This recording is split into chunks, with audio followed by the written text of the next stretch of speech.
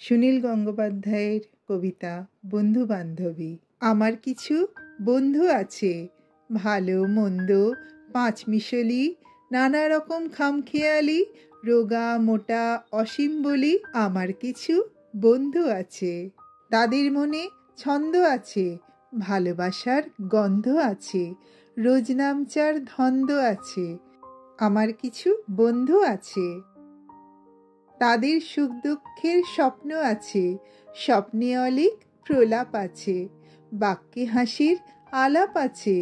আমার কিছু বন্ধু আছে, শুনলে কথা কান জ্বলে যায়, হাসলে পেটের খিল খুলে যায়, থাকলে এরা মন ভরে যায়।